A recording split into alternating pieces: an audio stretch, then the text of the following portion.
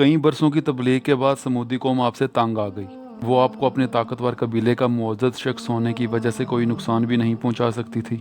इन दिनों कबीले के किसी फर्द के कत्ल हो जाने पर जंग का लंबा सिलसिला शुरू हो जाता था। चुनाचे कौम के सरदारों ने बुतकदों के काहिनों से मिलकर एक वफ्द बनाया। ये लोग हज़रत सालेह अलैहिस्सलाम के पास गए और कहा, ए साले, हम तुम्हारी बातों से सख्त तंग आ गए हैं। तुम्हारी अजाब की धमकियों ने हमारा जीना मुश्किल कर दिया है। हमारी खुशहाल और रंगीन जिंदगी को तुमने कबाब में हड्डी बनकर तबाह कर दिया है। इस मौका पर हम तुमसे साफ साफ बातें करना चाहते हैं, वो ये कि तुम कोई मोजज़ा दिखाओ। अगर तुमने ऐसा कर दिया तो हम तुम पर ईमान ले आएंगे।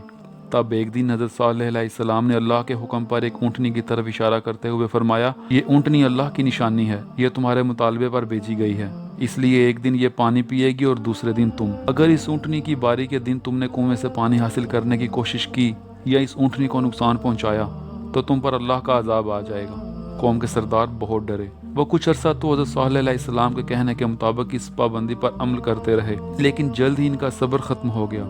इन्हें अपना यूं पाबंद होना एक आंख ना पाया। वो ऊँटनी को अपनी चरागाहों में चरता देखते तो सख्त गुस्सा खाते। आखिर दो मालदार और अमीर औरतों ने दो आदमियों को तैयार किया। इन्हें अपनी दौलत का लालच दिया और इनसे कहा कि वो अल्लाह की निशानी इस ऊँटनी को हलाक कर दें। ये दो आदमी अच्छी तरह जानते थे कि वो एक बहुत ही खौफनाक काम करने का इरादा कर रहे हैं। वो पहले तो खौफजदा हुए, मगर रकम के लालच और दूसरे लोगों के कहने पर तैयार हो गए। इन आदमियों ने मंसूबा बनाया कि वो ऊँटनी को उस दिन हलाक करेंगे जब इसके पानी पीने का दिन होगा। चनाचे अगले ही दिन वो कुएं के पास जाकर छिप गए। इनका प्रोग्राम ये था कि जैसे ही ऊँटनी कुएं के करीब आएगी वो इस पर हमला करके इसे मार देंगे। इन्हें ज्यादा इंतजार न करना पड़ा। ऊँटनी लंबे लंबे डग भरती कुएं के करीब आई। दोनों जालिम चुपके से कुएं की ओर से निकले और ऊँटनी पर हमलावर हो गए। एक ने तलवार का वार करके इसकी कूंचें काट दी और दूसरे ने आगे बढ़कर इसकी गर्दन पर नेजा मारा। बेचारी ऊँटनी जमीन पर गिर पड़ी। बेकसूर ऊँटनी को जमीन पर तड़पते देखकर दूसरे लोग भी पहुंच गए। ये लोग छुपकर ये सारा मंजर देख रहे थे। इन्होंने जब देखा कि ऊँटनी पर हमला करने वालों को कुछ नहीं हुआ तो इनका हौसला भी बढ़ा। वो भी अपना गुस्सा उतारने पहुंच गए। अब वो सब मिलकर ऊँटनी को मार रहे थे। ऊँटनी को मारने वालों को रिश्वत देने वाली औरतें भी ये मंजर देख रही थी। इन सब ने खुशी के नारे लगाए और हज़रत सालेह अलैहिस्सलाम का खूब मजाक उड़ाया। वो कह रहे थे, ए साले, हमने अल्लाह की निशानी ऊँटनी को कत्ल कर दिया और हमें कुछ नहीं हुआ। ये बेवकूफ़ लोग नहीं जानते थे कि इन्होंने अल्लाह की दी हुई मोहलत को अपने हाथों से ख़त्म कर लिया है।